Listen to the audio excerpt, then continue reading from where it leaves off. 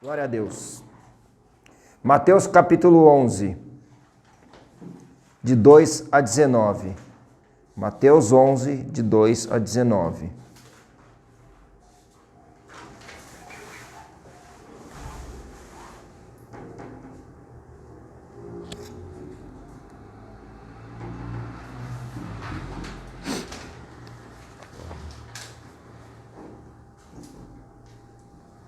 Amém? Amém. Glória a Deus. Então vamos lá.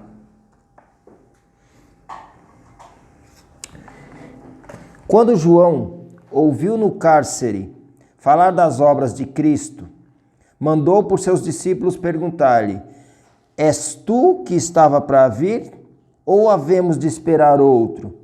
E Jesus respondendo disse-lhes: Ide e anunciai a João o que vocês estão ouvindo e vendo.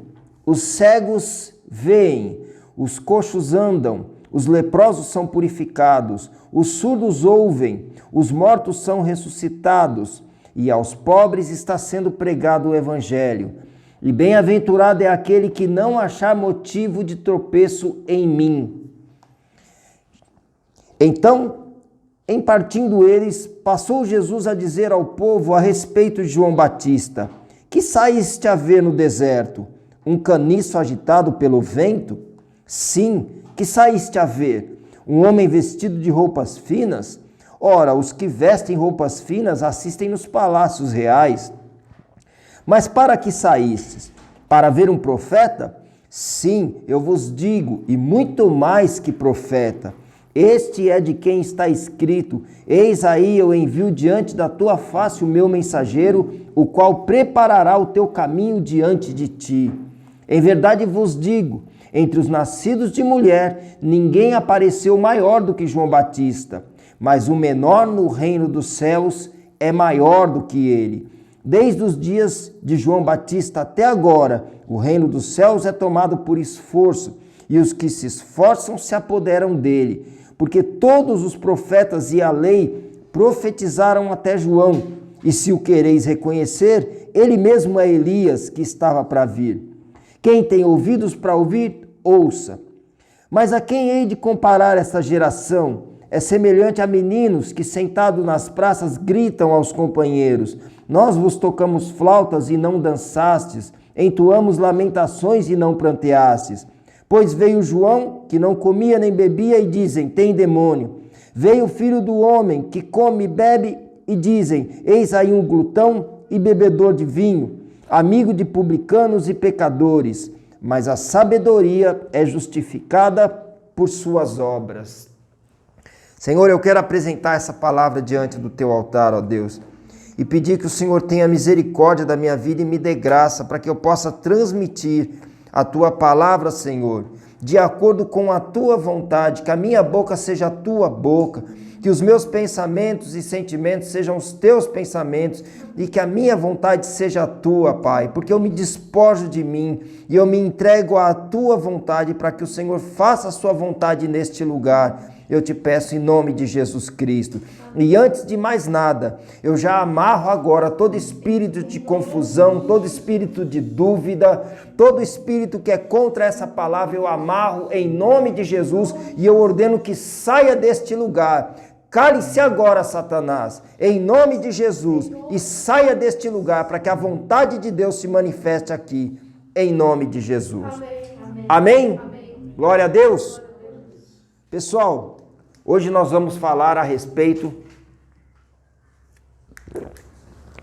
da dúvida. Amém? Hoje Deus vai te libertar do espírito da dúvida. Então nós vamos estar falando a respeito da dúvida e das consequências letais que a dúvida pode trazer no coração do cristão. Amém? E tem trazido. Amém?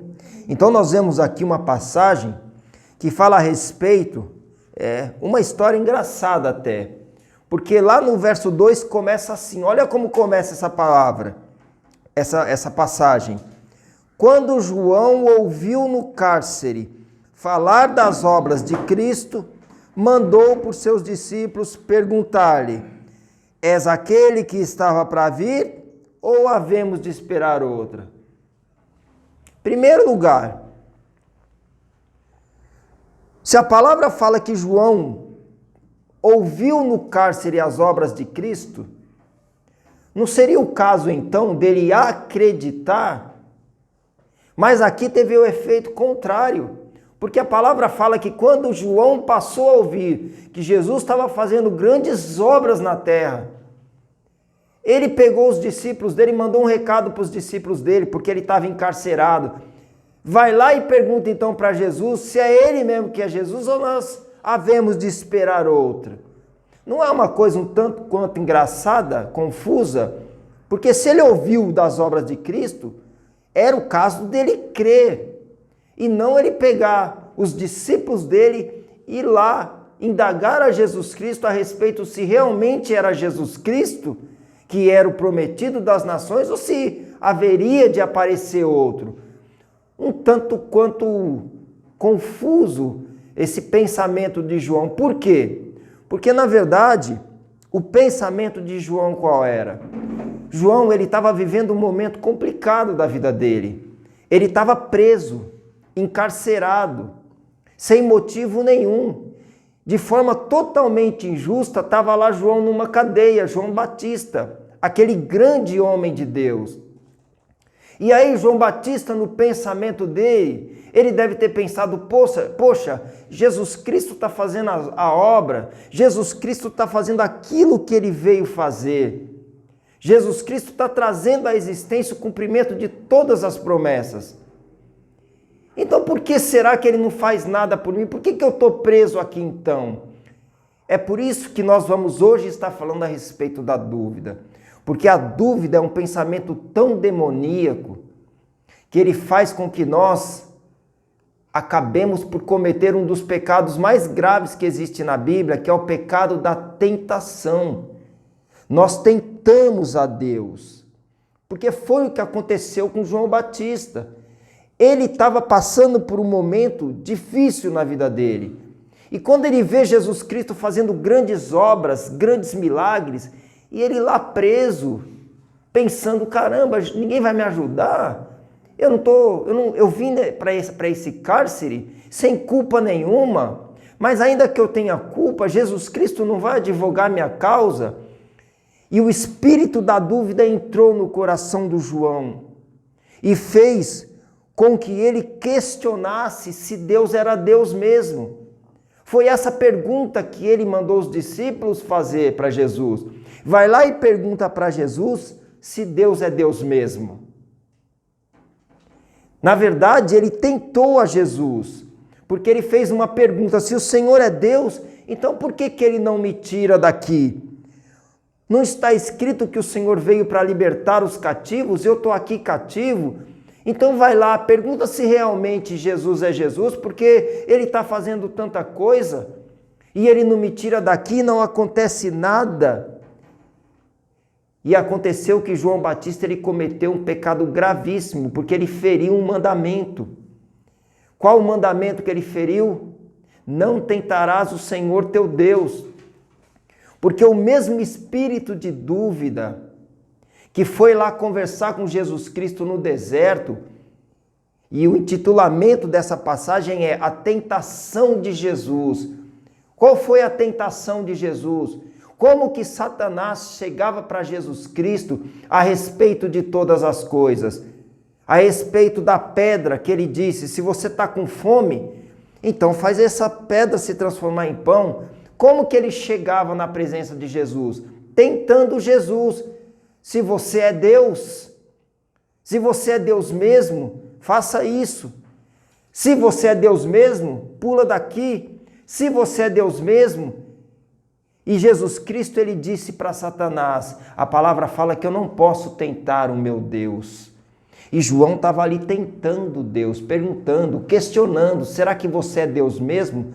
Se você é Deus, por que você não me tira daqui então? Qual é o problema de você vir aqui me tirar, sendo que estão dizendo aí que você faz tantas obras maravilhosas e eu estou aqui nessa situação?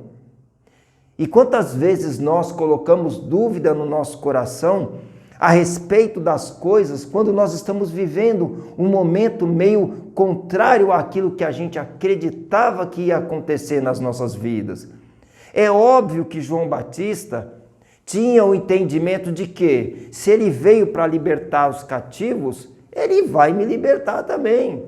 Mas o tempo foi passando, a fé de João Batista foi esfriando, o espírito da dúvida foi entrando no coração de João Batista, ao ponto dele cometer o ato gravíssimo de ir perguntar a Jesus se Jesus Cristo realmente era Deus.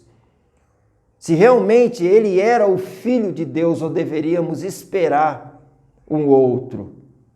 E Jesus Cristo, de uma forma muito educada, deu um tapa com luva de película.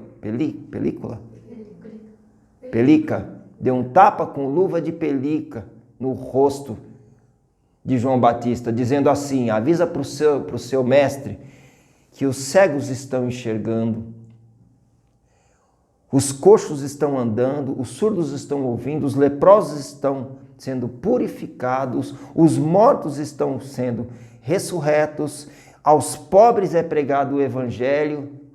E para terminar com um tapa na cara de João Batista, ele disse: e bem-aventurado é aquele que não encontrar tropeço em mim.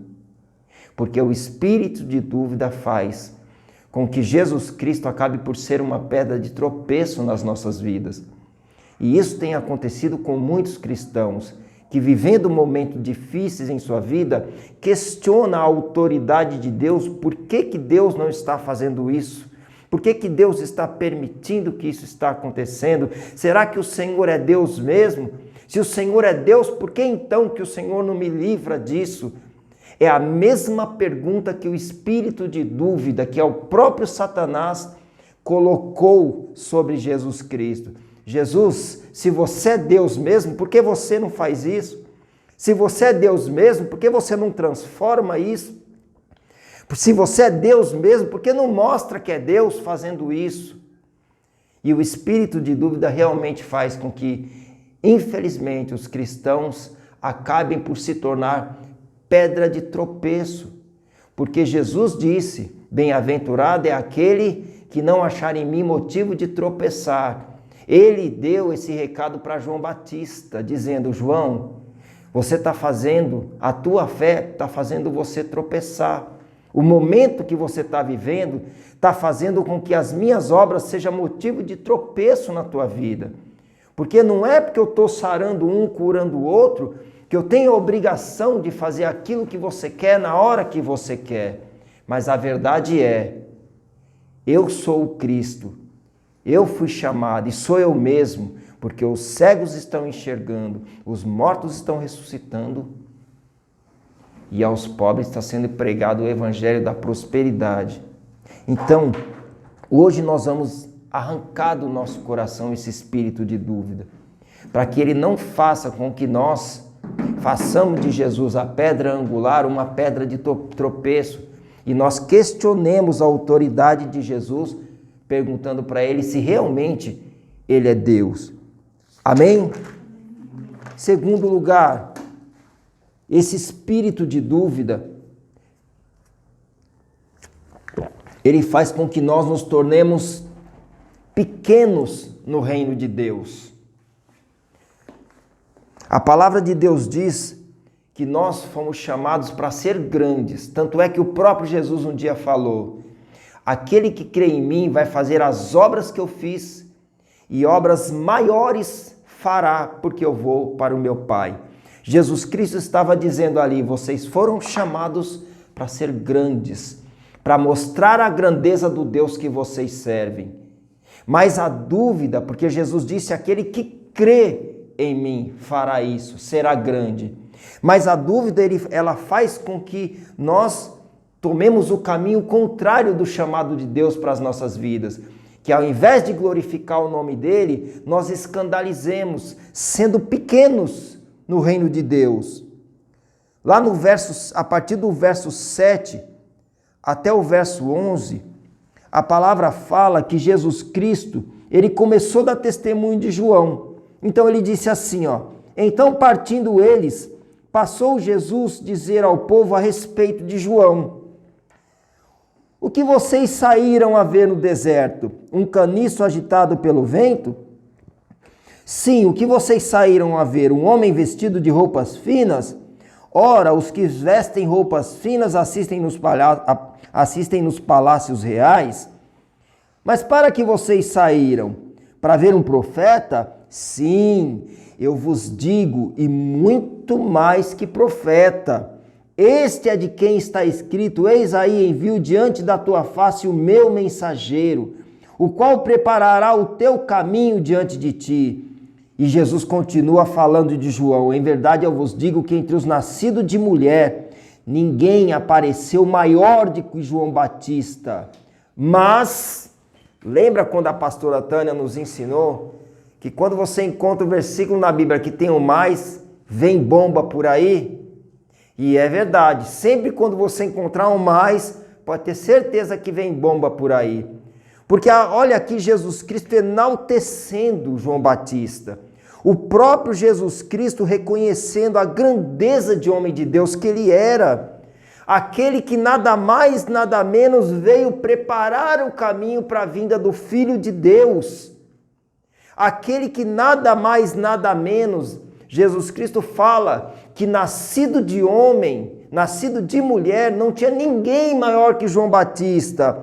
Porém, entretanto, portanto, contanto e tanto, tem um mas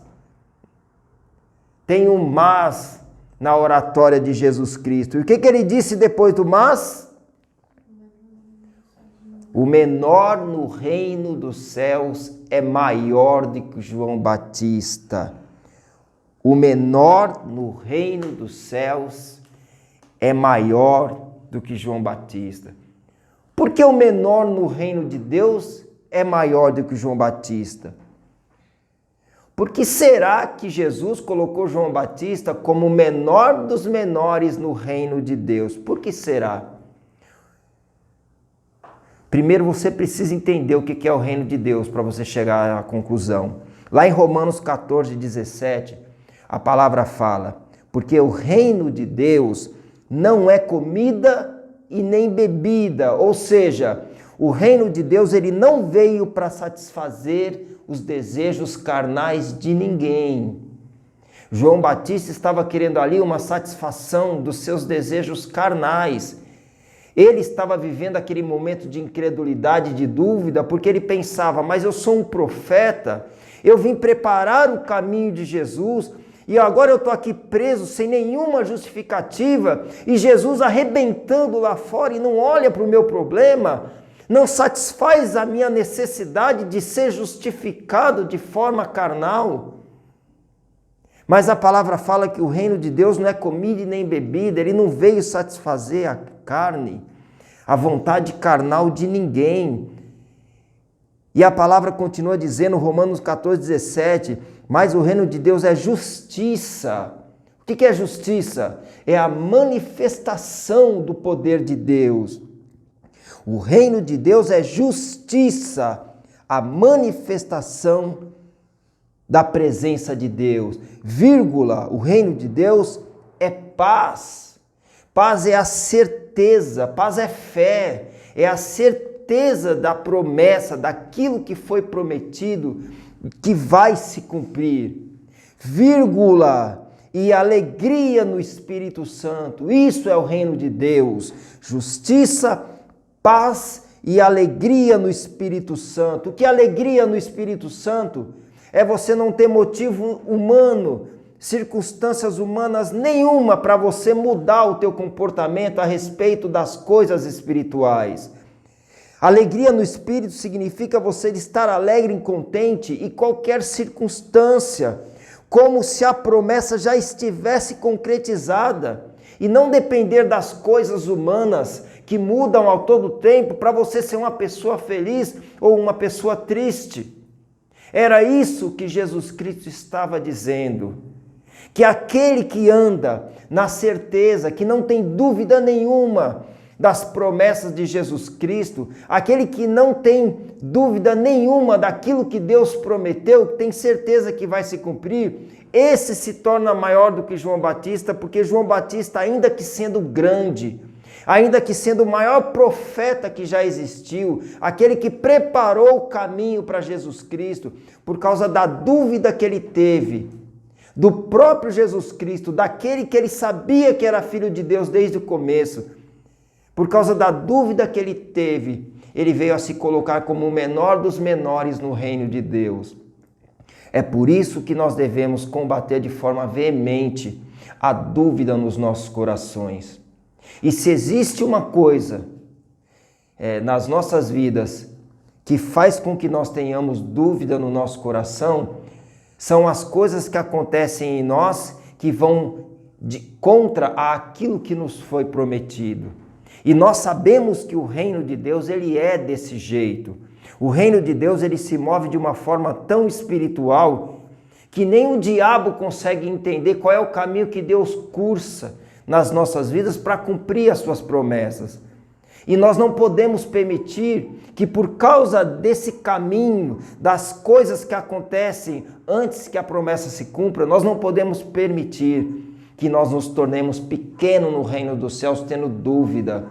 Porque o apóstolo Tiago um dia disse que nós não podemos de forma nenhuma duvidar de Deus. Porque ele fala que se nós pedirmos alguma coisa para Deus e duvidarmos, de forma nenhuma nós vamos conquistar aquilo que nós pedimos. Então, arranca do teu coração essa dúvida.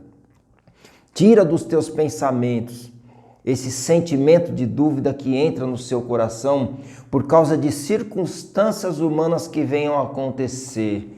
Por alguma coisa que você acha que saiu do caminho, que não é isso que Deus prometeu para a minha vida. É óbvio que João, naquela época, ele jamais imaginaria que um dia, sendo quem ele era, o grande profeta João Batista, que foi revelado a ele que o Filho de Deus estava chegando, ele veio preparar o caminho. Acharam que era ele até o Filho de Deus, de tão grande que ele era. Ele jamais poderia imaginar que o destino dele seria aquele. Que um dia ele estaria preso num cárcere, injustamente preso. Ao invés de estar andando com Jesus, vendo as obras de Jesus Cristo, ele estava ali preso.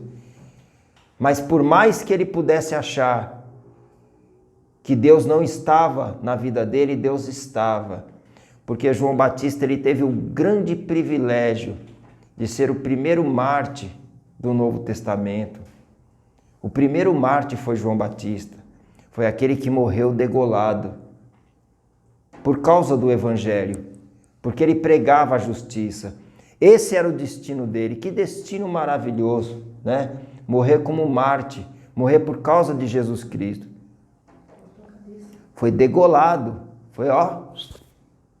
arrancou a cabeça dele fora e colocado para muitos foi uma vergonha, mas ele tem diante de Jesus Cristo um memorial. Esse morreu por mim, esse morreu como um mártir, para mostrar para as pessoas o tamanho do amor de Deus e o tamanho do amor de um homem para com Deus. Era o caminho de Deus, era a história dele, por mais louca que fosse. A vontade de Deus ali na vida de João Batista estava se cumprindo e se cumpriu. Que um dos maiores presentes que o homem pode receber de Deus, eu acho que é esse. Morrer como um mártir. Não como um condenado. Não morrer como alguém que teve uma sequência hereditária maligna, mas como um mártir, alguém que morreu por causa de Jesus Cristo. Mas infelizmente, por causa disso, ele foi tido como o menor dos menores no reino de Deus, porque a dúvida faz com que nós não façamos as obras que Deus faz, porque somente pela fé nós podemos fazer as obras que Deus faz. Amém? E em terceiro lugar, para nós terminarmos essa breve palavra, a dúvida, ela tira a nossa força de guerra. Lá no verso 12, Jesus Cristo ele fala assim, ó: desde os dias de João Batista até agora, o reino de Deus é tomado por esforço, e os que se esforçam se apoderam dele. Agora olha o que está escrito no verso 13. Porque todos os profetas e a lei profetizaram até João Batista. Esse verso 13 é um verso chave. Esse verso 13 é a resposta do verso 12. Porque Jesus ele fala que a partir de João Batista, o reino de Deus começou a ser tomado por briga, por esforço, disposição, ânimo, força, fé, coragem. E a dúvida, ela vem justamente para arrancar de nós essa força, essa coragem, para que nós não nos apoderemos do reino de Deus, porque está escrito aqui, ó, somente aqueles que se esforçam vão se apoderar dele. Aí vem a resposta do verso 12, porque todos os profetas e a lei profetizaram até João. O que Jesus está dizendo com essa palavra? Porque todos os profetas e a lei profetizaram até João. Porque chegou o tempo do cumprimento da profecia. Chegou o tempo do cumprimento da promessa. Jesus estava dizendo, até João foi profecia. Até João foi palavra de promessa. A partir de João começou a se cumprir as promessas.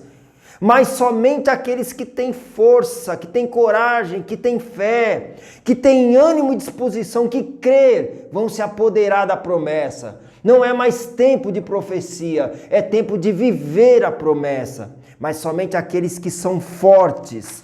Amém? Nós estamos vivendo esse tempo de profecia, esse cumprimento de promessa. É por isso que agora, muito mais do que antes, a gente precisa de um vigor espiritual, que é o quê? Que é a fé. Ele só se manifesta pela fé para que a gente possa tomar posse de cada uma das promessas que Deus fez para as nossas vidas. Amém. E o ingrediente que é exatamente o contrário, que faz com que nós percamos as nossas forças, faz com que nós fiquemos sem força de guerra, é a dúvida. João estava em dúvida. João ele estava fraco. Ele fraquejou por causa da dificuldade que ele estava vivendo, porque ele não entendeu que o chamado dele era para ser mártir. Ele cumpriu o chamado dele. A palavra fala que João, o chamado de João era preparar o caminho para a vinda do Filho de Deus. Ele cumpriu o chamado dele, ele preparou o caminho. E ele estava numa situação controversa que iria fazer com que ele cumprisse o final da vida dele da melhor forma possível, sendo mártir. Vai esperar o quê de um grande homem de Deus, o maior profeta da Bíblia, que foi João Batista? O próprio Jesus disse isso. Nascido de mulher, não tem maior que ele. Vai esperar o quê de um homem desse? Tem que ser mártir. Mas ele não entendeu. E ele achou que aquilo tinha saído das mãos de Deus, e ele duvidou, e ele não creu. Diante de tantos milagres, tantos sinais, ao invés dele aumentar a fé dele, ele permitiu que aqueles sinais colocassem ele em confusão, em dúvida. E por causa disso, ele perdeu a força de guerra. E ele foi tido por Jesus Cristo como alguém que, ainda que grande como era, pequeno no reino de Deus. O diabo ele quer colocar dúvida nos nossos corações a respeito das promessas. Porque as promessas são coisas tão grandes diante de nós que a gente não consegue entender de forma espiritual e a gente tenta entender de forma humana. E a gente compara o fim com o nosso começo. E a pastora fala de vez em quando, né? Não importa o nosso começo, o que importa é o fim. O fim é o cumprimento da promessa de Deus. O meio é Jesus Cristo, é Deus que vai criar o meio. Mas nós olhamos muito para o nosso começo. Nós olhamos muito para o nosso momento. Eu estou assim, como é que eu vou chegar lá se eu estou assim? João Batista, ele olhou para o começo dele, ele olhou para o momento dele e falou, eu estou preso, encarcerado aqui, sem ninguém me ajudar. Jesus está fazendo a obra, mas não lembra de mim, não manda nenhum alô, não vem me visitar. Será que ele não tem tempo de me ajudar? Veio ajudar tanta gente, está curando, está libertando tantos cativos e não me liberta? E entrou a dúvida no coração dele. Tire as dúvidas do seu coração, porque lá no livro de 1 Timóteo, a palavra fala que o Espírito Santo afirma expressamente que nos últimos tempos muitas pessoas vão se apostatar da fé, porque vão obedecer aos espíritos enganadores. A pessoa, quando ela está no engano, ela está onde? Na dúvida. Uma pessoa que está em dúvida, o que ela faz? Ela não faz nada. Imagina você ter duas alternativas na sua vida e você não saber em qual você votar. Você vai votar em qual? Em nenhuma. Sabe quando você está andando de bicicleta ou de carro, aí você vê uma pessoa atravessando a rua, você buzina. O que aquela pessoa faz? Ela corre? Não. Ela volta? Não, ela para. Não é incoerente? Você buzina, ao invés da pessoa pular, ela para. Fica esperando ser atropelada. Porque a dúvida exatamente causa isso na vida da pessoa. A dúvida causa isso na vida do cristão. Talvez a vida de João pudesse ter durado um pouco mais se ele cresce. Talvez ele pudesse ser mártir de uma outra forma, não sei. Mas a verdade é que Jesus, ele colocou o maior homem depois de Jesus Cristo, como o próprio Jesus disse, como o menor no reino de Deus por causa da dúvida que ele teve. Então não permita que a dúvida entre no seu coração, porque ela tira a tua força, ela te paralisa e ela não te deixa viver as promessas de Deus. E lá no livro de Mateus 11, do verso 16 ao 19, olha o que Jesus Cristo fala. Mas a quem eu vou comparar essa geração de hoje? É semelhante a meninos que sentados nas praças gritam aos companheiros: nós vos tocamos flauta e vocês nem dançaram. Nós entoamos lamentações e vocês nem choraram. E ele continua dizendo: porque veio João, que não comia nem bebia, e disse que tem demônio. Aí veio o filho do homem que come e bebe, e dizem que é glutão, beberrão de vinho, amigos de publicanos e pecadores. E a palavra-chave: mas a sabedoria é justificada por suas obras. Jesus estava dizendo: a geração de hoje é que nem criança. São pessoas emocionalmente fracas, que estão mais preocupados com aquilo com que as pessoas pensam dele, do que realmente o que Deus pensa, aquilo que vai acontecer. É por isso que lá em Tiago 18, o próprio apóstolo Tiago, ele fala: mostra-me então qual é a fé que você tem sem as obras, que eu vou mostrar para vocês a minha fé pelas obras que eu faço. Porque lá no final, no verso 16, Jesus Cristo disse: a sabedoria, ela é justificada pelas obras. O que é justificado pelas obras também? A fé.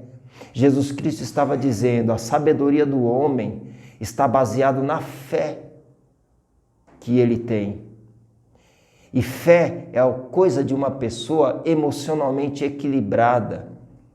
A fé é coisa de uma pessoa emocionalmente forte, e não aqueles que duvidam de tudo.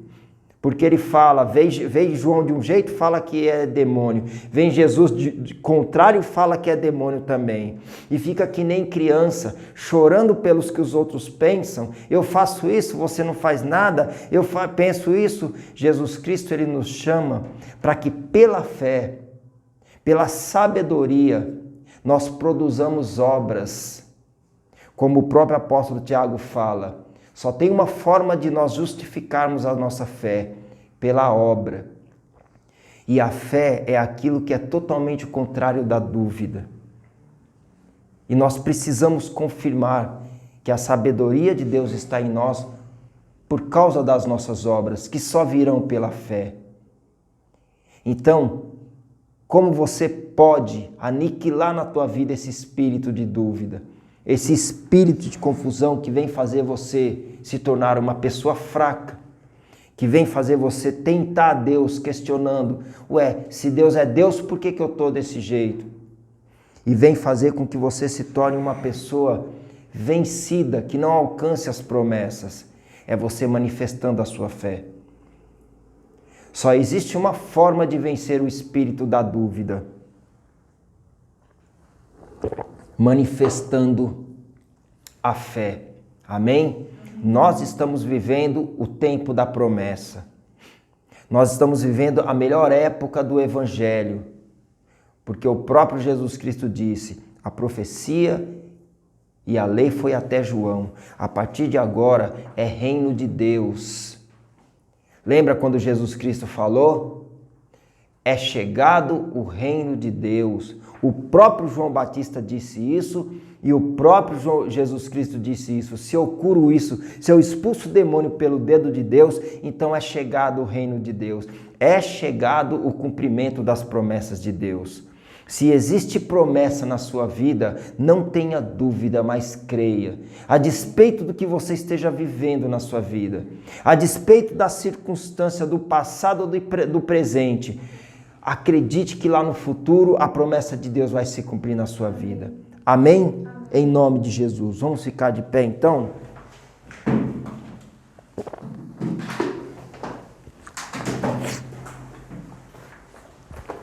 Nós vamos orar. Amém? A sabedoria, a última palavra que Jesus Cristo disse dessa passagem, a sabedoria, ela é justificada por suas obras. Amém? Jesus Cristo está dizendo que ter fé é um ato de sabedoria e que a dúvida é uma coisa de meninos, de crianças. E nós somos chamados para crescer no Senhor. Quanto mais nós crescemos, mais o Senhor é grande dentro de nós. Então vamos manifestar essa fé, amém? Nós vamos aniquilar esse espírito de dúvida do nosso coração. Nós sabemos que a dúvida ela é um espírito. E a maior prova de que a dúvida é um espírito está escrito lá no livro de Mateus, quando Jesus Cristo foi tentado pelo diabo, e o diabo veio justamente questionar se Jesus Cristo era realmente o Filho de Deus. E ele dizia: se você é filho de Deus, faça isso. E Jesus disse: eu não vou tentar meu Pai. Eu não tenho dúvida de quem eu sou e eu não tenho dúvida de quem é meu Pai. E quando ele disse isso, Satanás puxou o carro, foi embora. Por quê? Porque na vida daquele que não tem dúvida de quem é Deus e de quem ele é, Satanás não pode se aproximar, esse espírito de dúvida não pode ficar presente. Amém? Fecha os teus olhos então. Nós vamos orar. Senhor, nosso Deus e Pai, nós confiamos no Senhor, ó Deus. E nós queremos abrir o nosso coração para que a Tua palavra, Senhor, possa invadir, Pai, todos os cantos do nosso coração, todo o nosso interior, para arrancar de dentro de nós toda raiz de dúvida, Senhor. Toda raiz de engano, de confusão, que venha querer interferir, Pai, na obra que o Senhor tem a fazer em nossas vidas, através do cumprimento de cada uma das Tuas palavras. Nós não aceitamos que nenhuma dúvida venha permear o nosso coração. Nós não aceitamos que nenhum pensamento enganoso, nenhum pensamento dúbio, nenhum questionamento, Senhor, de quem o Senhor é e de quem nós somos, venha querer entrar nos nossos corações e colocar confusão em todas as coisas que nós estamos vivendo e iremos viver no Teu Evangelho, Pai. Por isso nós ordenamos agora que a dúvida, o engano, a confusão, o medo, todo questionamento dos nossos corações saia agora. Nós ordenamos, Satanás, retira-te do nosso coração. Dúvida do inferno, incredulidade, falta de fé, sai do nosso coração. Nós ordenamos, cala-te agora e sai do nosso coração. Senhor, nós abrimos o nosso coração para que a tua voz possa entrar, ó Pai, para que o teu Espírito possa morar, para que o Senhor venha alimentar a nossa fé com o cumprimento da tua palavra e nós possamos crescer de fé em fé no Senhor, ó Pai, para que se cumpra a tua palavra que diz que se nós cremos em ti, nós faremos obras maiores e o teu nome vai ser glorificado através das nossas vidas. Vem, Espírito Santo, enche agora o nosso coração com essa fé, com o desejo de querer glorificar o teu nome pelo cumprimento das tuas palavras, Pai. Nos ensina a crer sem duvidar, ó Pai, sem ter uma vírgula de dúvida daquilo que o Senhor nos prometeu, para que nós possamos glorificar o teu nome através das nossas obras e se cumprir a tua palavra que diz que a sabedoria justifica as obras. Em nome de Jesus, dá-nos essa sabedoria, Pai, e nos enche hoje desse espírito de fé, em nome de Jesus Cristo. Oh, aleluias!